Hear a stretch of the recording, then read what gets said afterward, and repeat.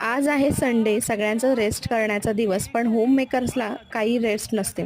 तिला काही ना काही कामं असतातच, तरीसुद्धा त्यातून ती तिचा आनंद शोधण्याचा प्रयत्न करते.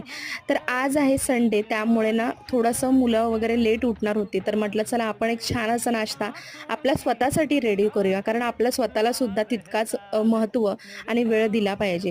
सो इथे छान असा ना डोसा जो आहे तो मी रेडी करून घेतला आणि हा खूप जुना असा ना बिड्याचा तवा आहे आणि त्याच्यावर खूप छान असा टेस्टी आणि क्रिस्पी असा डोसा बनून तयार होतो. तर डोसा, चटणी आणि त्यासोबत चाय असं माझं कॉम्बिनेशन मी छान असं ना विंडोमध्ये बसून एन्जॉय करणार आहे.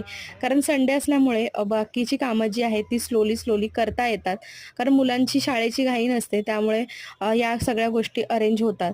तर इथे पहिला विंडो जो आहे तो ओपन केला, पडदे जे आहेत ते बाजूला केला आणि छान असा माझा नाश्ता जो आहे ना तो मी एन्जॉय केला.